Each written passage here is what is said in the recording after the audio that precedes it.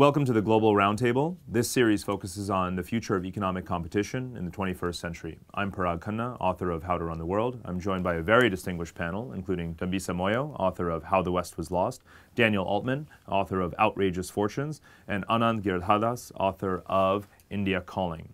Well, we've all written books about the future of the global economy and prognosticated a bit about how it might look going forward. But the first thing we should ask is to step back and say, who's to blame here? How did really wind up in this situation? Well, I think that's a fantastic question. The fact of the matter is that if you look back in the last 50 years, we really are fundamentally all to blame.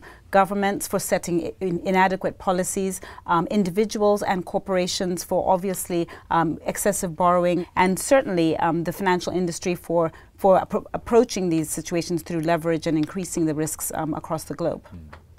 I think, though, that we have set a lot of bad goals for our decision makers, whether they're in government or in the private sector. We've got such a short-term outlook. We care about quarterly earnings. We care about elections every 2 years. How are we ever going to get people to make the decisions that will require investments for the long term, 10 or 20 years down the road, if they're focused on this very short-term decision-making cycle?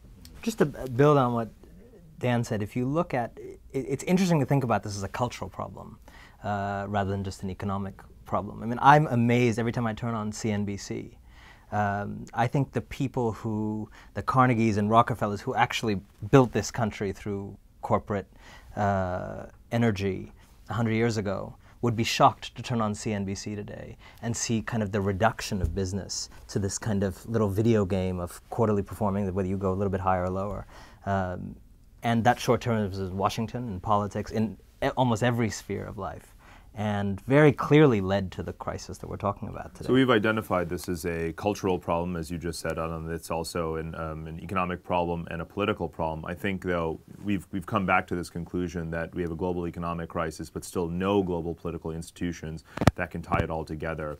And so despite all of the interest that there is globally in participating in globalization, we still have tremendous shortcomings in making that system stable. Well, very interesting insights, and thanks very much for joining us. More on that and other relevant topics at bigthink.com.